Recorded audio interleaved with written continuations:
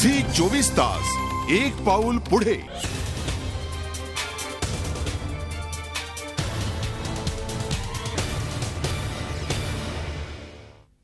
Break नंतर स्वागत। आज भाजपात मोदी युगाला सुरुवात झाली आहे, पण मोदी पर्व सुरू होण्यापूर्वी अडवाणींचा एक काळ होता। 182 वर पोहोचवण्यात अडवाणी यांची महत्त्वाची भूमिका होती।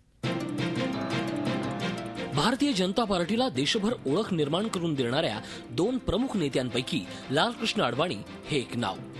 राम जन्मभूमीच्या निमित्तानं रथयात्रा काढून त्यांनी देश ढवळून काढला। त्यामुळेच लोकसभेतील भाजपचे संख्याबळ 2 वरून 182 वर जाऊन पोहोचलं।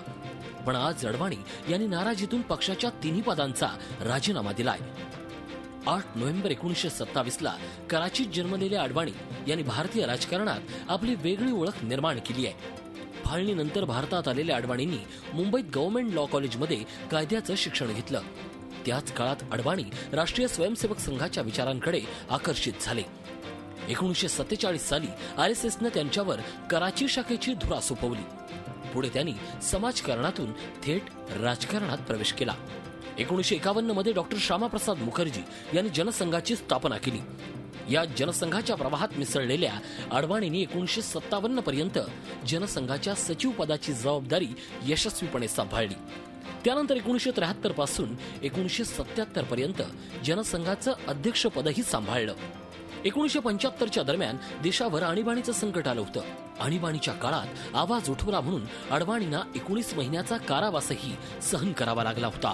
1977 मध्ये ते मोरारजी देसाईंच्या मंत्रिमंडळात माहिती आणि प्रसारण मंत्री म्हणून त्यांनी जबाबदारी पाहिली।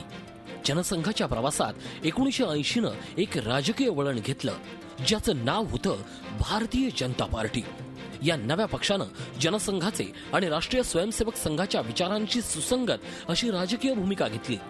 पक्षाच्या स्थापनेपासून 1986 पर्यंत ते पक्षाचे महासचिव राहिले।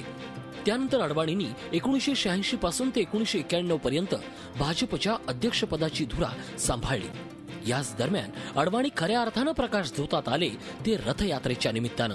1990 मध्ये राम मंदिर प्रश्नावरून सोमनाथ ते अयोध्या या रथयात्रेच्या दरम्यान अडवाणींना अटक झाली आणि भाजपचे लालकृष्ण अडवाणी हे नाव देशात ठळक झालं। 1992 ला कार सेवकांनी बाबरी मशीद पाडली आणि त्यावरून सुरू झालेल्या न्यायालयीन वादाचा ठपका आरोपी म्हणून लालकृष्ण अडवाणी यांच्यावरही ठेवण्यात आला होता। अडवाणी यांनी आपल्या कारकिर्दीत पक्षाची संघटनात्मक आणि राजकीय भूमिका मोठ्या यशस्वीपणे सांभाळली आहे। लालकृष्ण अडवाणी यांनी 4 वेळा राज्यसभेची खासदारकी, 5 वेळा लोकसभेची खासदारकी आणि 3 वेळा भारतीय जनता पार्टीच्या अध्यक्षपदाची धुरा यथार्थपणे सांभाळली आहे। जनसंघापासून भाजपपर्यंतचा केलेला राजकीय प्रवास सफल झाला तो 1999 मध्ये। 1999 ला एनडीएचं सरकार सत्तेवर आलं।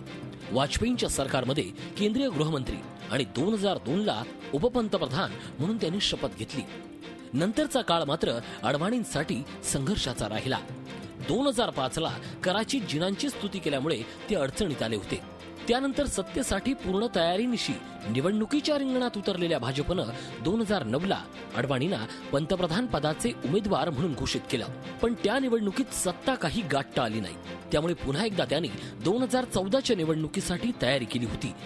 पण याच दरम्यान पक्षात मोदींचा प्रभाव वाढत गेला आणि त्यामुळे मोदींना पुढे करण्याशिवाय पक्षासमोरही दुसरा पर्याय उरला नाही। मात्र त्यामुळे एकेकाळी भाजपची ओळख असलेले लालकृष्ण अडवाणी यांना आज डावलण्यात आलंय हे वास्तव आहे। झी मीडियासाठी ब्युरो रिपोर्ट। पण या सगळ्याचा काँग्रेसवर काय परिणाम होईल त्याचा वेध घेणार होते का छोट्याशा ब्रेक नंतर पाहत राहा भाजपचं महाभारत।